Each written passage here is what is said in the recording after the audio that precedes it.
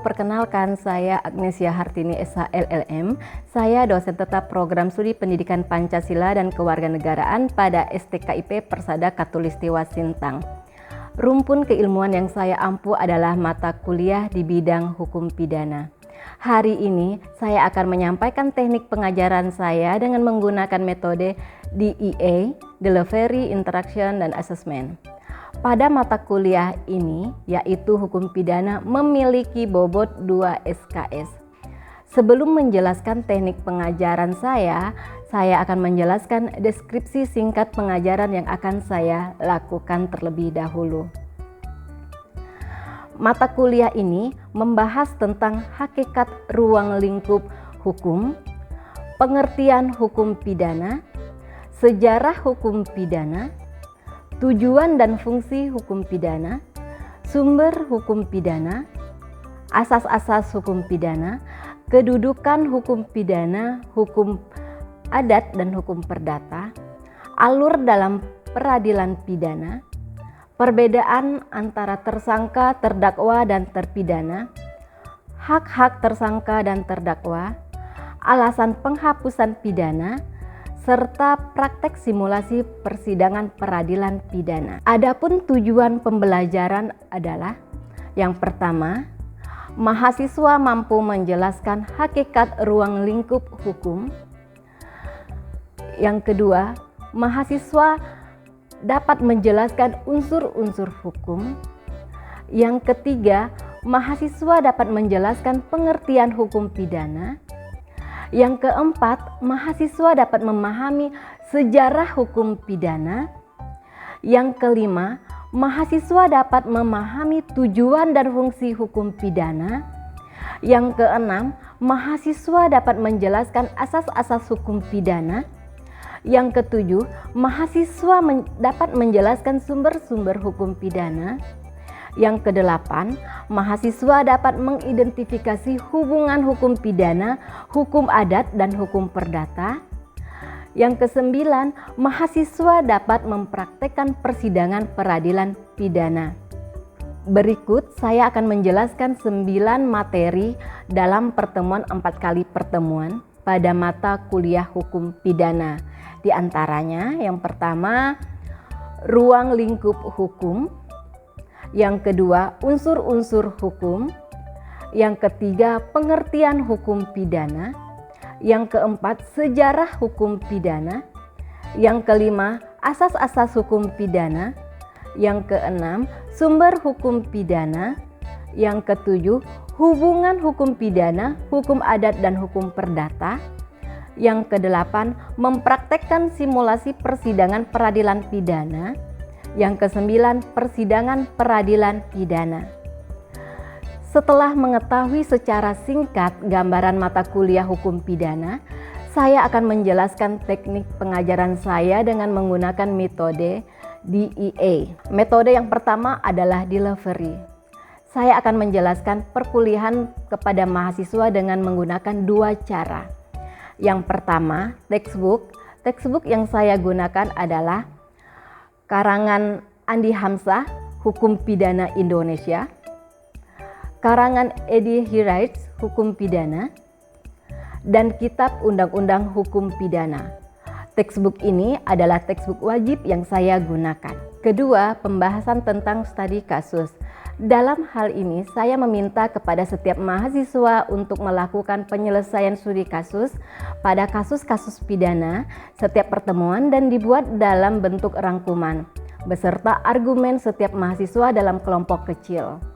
Kemudian, saya juga memberikan kesempatan kepada mahasiswa untuk melakukan observasi persidangan. Selanjutnya, mahasiswa dapat mempraktekkan persidangan. Dengan cara ini, saya percaya tujuan pembelajaran yang saya harapkan dapat tercapai. Selanjutnya, metode yang kedua, interaction. Interaction ini tidak hanya terbatas pada materi yang saya sampaikan saja. Akan tetapi, saya sisipkan juga diskusi kelompok kecil, kemudian hasil diskusi tersebut untuk menambah poin penilaian tugas mahasiswa 20% bobot penilaian. Dengan metode ini, Mahasiswa lebih aktif dan semangat untuk mengejar dan mengumpulkan poin-poin nilai. Selain itu, saya juga menggunakan Google Classroom, Google Meeting, dan WA Group dalam pengumpulan tugas. Yang ketiga adalah metode asesmen. Di awal pertemuan pada kontrak perkuliahan awal sudah disepakati bahwa untuk penilaian terdiri dari bobot penilaian, yaitu aktivitas 10%, tugas 20%, UTS 30%, UAS 40%. Berikut ini adalah cuplikan pertemuan ke-7 pada mata kuliah hukum pidana dengan materi hubungan kedudukan hukum pidana, hukum adat, dan hukum perdata, dan cuplikan praktek persidangan kasus pidana. Demikian yang dapat saya sampaikan. Selamat siang semuanya. Siang, Bu. Bagaimana kabar hari ini? Luar biasa. Sehat semua? Sehat. Tetap semangat ya. Baik, hari ini kita memasuki pertemuan ke-7 mata kuliah hukum pidana. Namun sebelum kita masuk ke materi, marilah kita berdoa terlebih dahulu.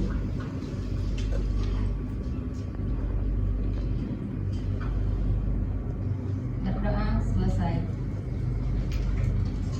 Hari ini hadir semua? Hadir. Baik, di pertemuan ke-7 ini kita akan membahas berkaitan bagaimana hubungan kedudukan hukum antara hukum pidana, hukum adat, dan hukum perdata. Adapun tujuan mata kuliah ini adalah mahasiswa diharapkan mampu memahami, mampu menjelaskan bagaimana hubungan hukum pidana, hubungan hukum perdata, dan hubungan hukum adat, dan nanti kalian bisa mempraktekkannya. Jadi itu adalah tujuan mempelajari hubungan hukum ini. Baik, sebelum kita masuk ke materi, Ibu akan mengingatkan kembali bahwa minggu lalu kita sudah mempelajari tentang hukum pidana dan hukum perdata. Siapa yang masih ingat? Yanda masih ingat, Yanda? Masih, Bu. Oke, silakan Yanda. Apa yang hukum pidana itu seperti apa, Yanda? Baik, terima kasih, Bu. Di sini saya akan menjelaskan seperti apa sih hukum pidana. Hukum pidana merupakan sebuah hukum atau aturan yang mengatur tentang sebuah tindakan pelanggaran atau kejahatan yang dilakukan oleh seseorang sehingga merugikan banyak orang lain. Terima kasih. Baik. Untuk contohnya, siapa yang mau menjawab contohnya? Baik, saya akan menjawab kembali seperti contoh tindakan kriminal, misalnya pembunuhan, pencurian juga termasuk dalam hukum tindakan pidana. Terima kasih. Ada yang mau menambahkan lagi? Rani mau menambahkan untuk contohnya? Baik, terima kasih. Menurut saya hukum pidana itu tidak jauh berbeda dalam kehidupan kita sehari-hari. Contohnya saja, misalnya pencurian, kemudian membuat kriminalitas di lingkungan masyarakat itu sendiri sehingga mengganggu ketertiban di lingkungan masyarakat. Terima kasih. Oke, terima kasih Yanda, terima kasih Rani. Selanjutnya hukum perdata. Siapa yang masih ingat penjelasan hukum perdata? Bu. Baik, silakan Angga. Baik, terima kasih, Bu. Hukum perdata yaitu sebuah aturan yang mengatur tentang berjalannya suatu hukum yang melibatkan satu orang, dan dalam hukum perdata ini dia dalam tatanannya hukum perdata ini lebih ke berpihak ke satu orang, tidak seperti pada hukum pidana itu melibatkan banyak orang. Oke. Baik, Bu, terima kasih. Untuk contohnya bagaimana Angga? Baik, Bu, untuk contohnya itu seperti kalau di hukum perdata itu seperti ahli waris, pembagian ahli waris, setelah itu perceraian, dan mungkin hanya itu aja, Bu. Oke, terima kasih. Terima kasih Rani, Yanda, dan Angga. Nah, tadi sudah dijelaskan oleh ketiga temannya bagaimana sih hukum pidana, hukum perdata, dan kita akan memasuki ke hukum adat. Ibu akan menjelaskan bagaimana hukum adat. Nanti kita akan melihat bagaimana kedudukannya ya. Kita akan melihat hukum adat. Oke, ini definisi dari hukum adat. Nah, hukum adat itu sendiri adalah keseluruhan aturan tingkah laku yang adat dan sekaligus hukum atau keseluruhan peraturan hukum yang tidak tertulis. Nah, kalau hukum pidana, hukum perdata itu aturan hukum yang bersifat tertulis, jadi lebih dikenal dengan hukum positif. Tapi kalau untuk hukum adat itu bersifat tidak tertulis. Nanti kita akan melihat bagaimana sih ketika terjadi peristiwa pidana penyelesaiannya itu seperti apa. Nanti dalam prakteknya seperti apa ya. Kita akan masuk ke sini. Ini masih pengertian dari hukum adat. Di sini apakah masih ada di wilayahnya, di daerahnya menggunakan hukum adat? Masih ya. Bagaimana sih hukum adat di daerah kalian? Apakah masih digunakan atau tidak begitu? Masih ya. Artinya masih ada masyarakat hukum adatnya, sehingga aturan hukum adatnya masih berlaku. Nah, kita akan melihat lagi bahwa hukum adat itu bersumbernya pada apa saja. Jadi hukum adat ini bersumber pada peraturan-peraturan hukum tidak tertulis yang tumbuh dan berkembang dan dipertahankan dengan kesadaran hukum masyarakatnya. Nah, kalau untuk peraturan-peraturan ini tidak tertulis, maka hukum adat memiliki kemampuan menyesuaikan diri dan elastis.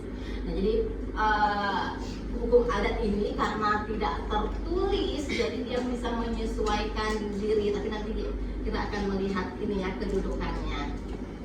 Nah, kita akan melihat bagaimana kedudukan hukum adat dan hukum perdata. Nah, di sini Ibu akan menjelaskan bahwa untuk kedudukannya hukum adat dan hukum perdata, hukum pidana itu seperti apa sih? Kita melihat bagan ya.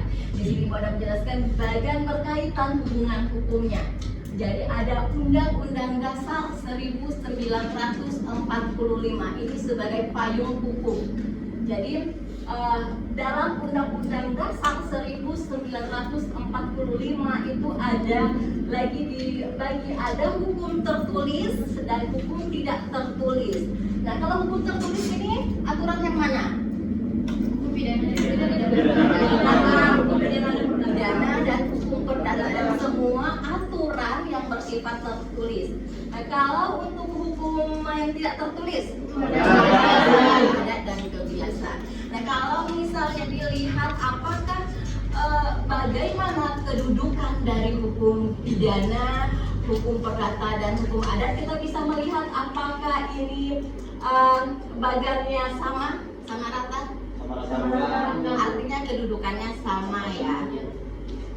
Nah, sampai di sini ada yang mau ditanyakan berkaitan dengan kedudukannya? Bagaimana Marjuni? Ada yang mau ditanyakan? Baik, Bu. Tadi kan Ibu menjelaskan terkait tentang hukum adat ya, Bu. Dan ini saya tanyakan, apakah hukum adat ini masih berlaku di Indonesia, Bu? Sekian, Bu. Terima kasih. Apakah hukum adat ini masih berlaku di Indonesia? Ada yang mau menjawab? Apakah masih berlaku? Ada yang mau menanggapi? Silakan. Silakan. Baik, terima kasih untuk kesempatannya. Nah, tadi pertanyaan saudara ini yaitu apakah hukum adat masih berlaku di Indonesia? Nah, kalau menurut saya pribadi hukum adat masih berlaku di Indonesia. Sebagai contoh secara real itu di daerah saya kan daerah Kumahan Kenduk. Nah, jadi di daerah saya apapun yang kebiasaan-kebiasaan misalnya pemilihan tumbuh atau pernikahan masyarakat setempat itu tetap menggunakan hukum adat seperti itu. Ini menggambarkan bahwa di Indonesia sendiri masih hukum adat ini masih dipakai dan masih diakui oleh masyarakat seperti itu, sehingga tradisi-tradisi atau kebiasaan-kebiasaan ini masih digunakan, sehingga orang lain juga tahu bahwa di daerah saya masih hukum adat ini masih kental atau masih sering digunakan seperti itu. Oke, baik, terima kasih Mas ya. Ada yang mau menanggapi lagi? Oke, silakan Dedi. Baik, terima kasih atas kesempatan yang diberikan kepada saya.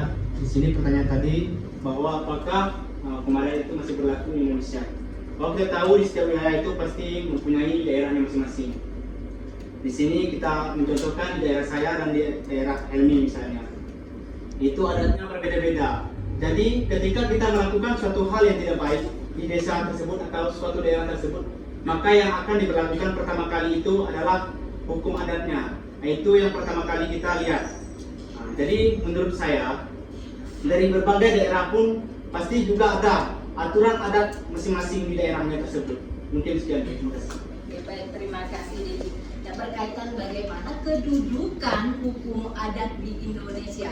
Nah, keberadaan hukum adat, keberadaannya itu selama masih ada masyarakat hukum adat, eksistensinya tetap ada. Nah, jadi hukum adat itu ada dan tidaknya tergantung dari masyarakat hukum adatnya. Nah, ketika pelaksanaannya seperti apa, ketika ada masyarakat hukum adatnya, pasti akan ada aturan-aturan hukum adat yang berlaku. Ibu contohkan, misalnya dalam adat perkawinan. Nah, tidak hanya di daerah kita, di daerah-daerah lain, di provinsi lain juga ada adat kebiasaan, termasuk adat perkawinan dengan adat Minang, adat Makassar dan sebagainya. Nah, itu membuktikan bahwa eksistensi keberadaan hukum adat di Indonesia ini masih ada hingga saat ini. Nah, makanya hukum adat itu dia masuk kepada hukum tidak tertulis. Ada yang mau bertanya lagi? Sampai sini paham? Bisa dipahami? Ada mau yang lagi? Baik Bu, terima kasih untuk kesempatan yang diberikan kepada saya. Di sini saya ingin bertanya Bu, bagaimana kedudukan dari hukum adat, hukum pidana dan hukum perdata? Oke. Ada yang mau menanggapi? Silakan. Baik, terima kasih atas kesempatannya. Bagaimana sih sebenarnya kedudukan hukum pidana, hukum adat dan hukum perdata? Seperti yang dijelaskan oleh Ibu tadi mengenai bagan hukum yang telah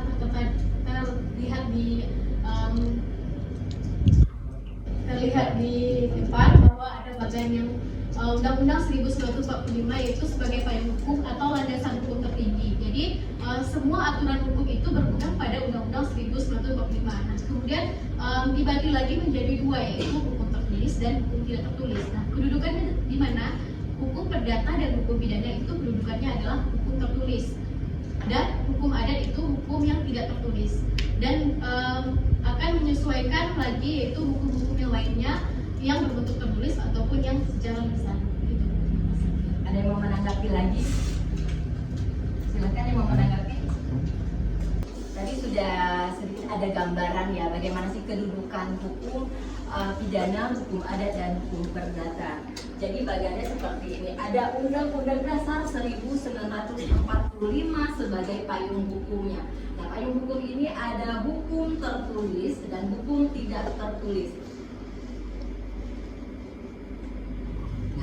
Di hukum tertulis ini adalah yang kita kenal adalah hukum pidana, hukum perdata, dan semua aturan hukum, entah itu perda atau peraturan bupati, undang-undang, jadi masuk pada hukum tertulis.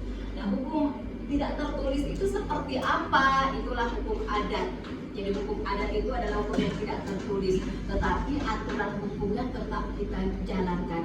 Contohnya seperti kebiasaan. Nah, tadi dijelaskan oleh Dedi bahwa di sini masih ada masyarakat yang menggunakan aturan. Misalnya tadi contohkan pada saat acara perkawinan biasanya kita menggunakan acara adat. Nah, begitu juga kalau di dusun-dusun atau di desa yang masih memiliki masyarakat hukum adat, ketika terjadi peristiwa misalnya ada pencurian, biasanya akan diselesaikan dengan hukum adat. Nah, kita melihat bagaimana sih kedudukannya? Kedudukannya sama ya. Jadi kalau untuk kedudukannya sama, nah untuk penyelesaiannya bagaimana? Kalau untuk hukum adat, penyelesaiannya oleh masyarakat hukum adat itu sendiri. Kalau pada hukum tertulis ini dia lebih kepada hukum positif. Jadi ketika ada terjadi pelanggaran, kita dapat laporan, kita adalah ditangani oleh pihak kepolisian sampai kepada persidangan dan putusan. Tapi kalau hukum adat dia hanya diselesaikan oleh masyarakat hukum adat itu sendiri. Tidak ada yang ditanyakan, kita akhiri sampai di sini. Namun sebelum Ibu tutup pertemuan hari ini, Ibu akan menyimpulkan berkaitan dengan materi yang disampaikan. Nah, materi yang Ibu sampaikan berkaitan bagaimana hubungan kedudukan hukum adat, hukum pidana, dan hukum perdata.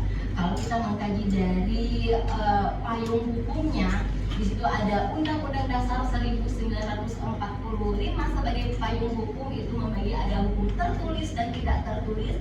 Hukum yang tertulis itu adalah hukum pidana dan hukum perdata. Sedangkan hukum yang tidak tertulis itu adalah hukum adat. Dan bagaimana dalam penyelesaian perbuatan pidana ketika ada pelanggaran yang terjadi, nah itu boleh menggunakan 3 hukum, boleh memilih dari ketiga aturan hukum itu, tapi tidak boleh menggunakannya semua. Jadi boleh dipilih.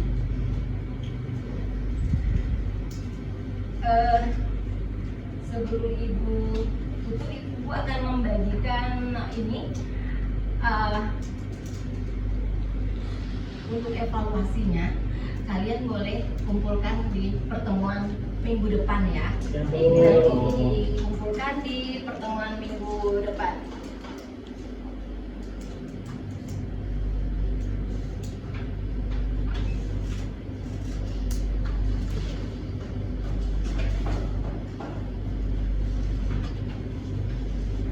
Baik, terima kasih untuk hari ini. Selamat sore dan terima kasih. Baik, majelis hakim akan memasuki ruang sidang. Hadirin dipersilakan untuk berdiri.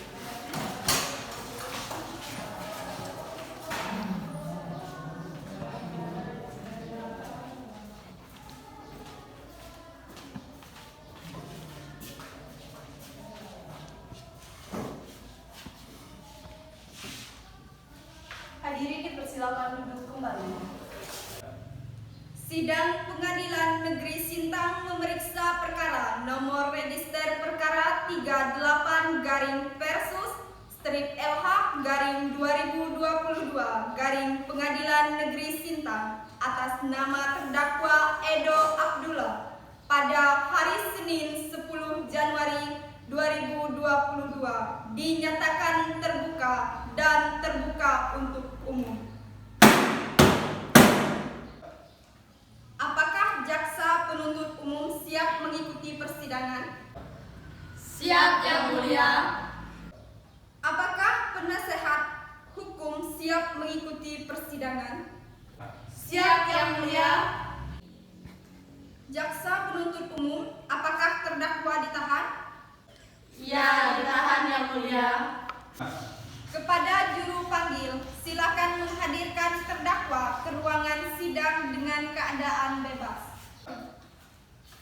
Untuk saudara terdakwa, silakan untuk memasuki ruangan persidangan.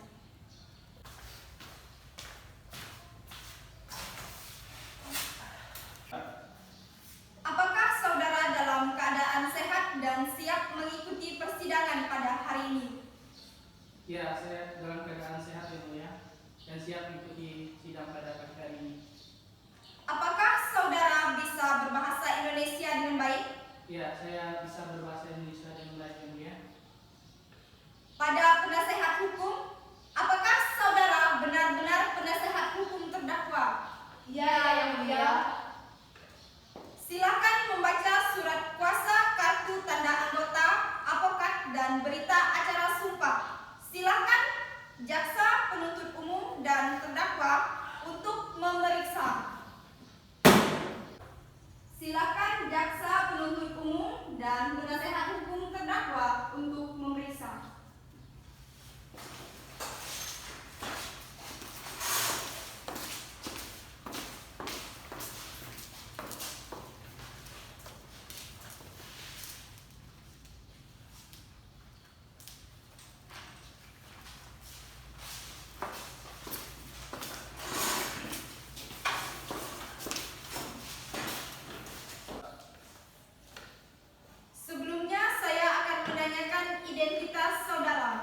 Nama saudara, Edo Abdullah yang mulia.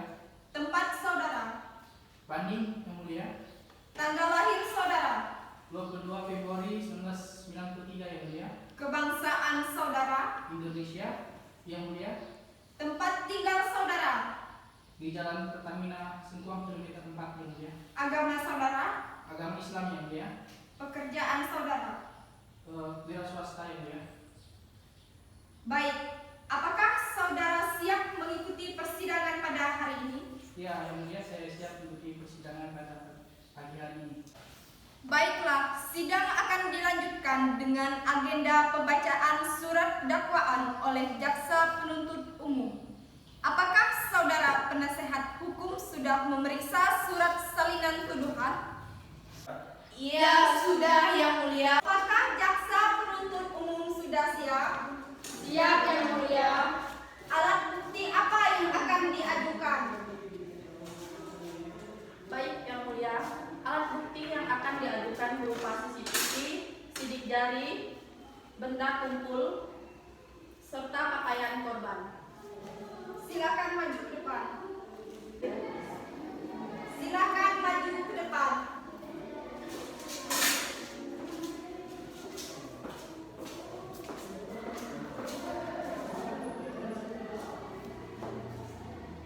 Bu panggil, silakan memanggil saksi.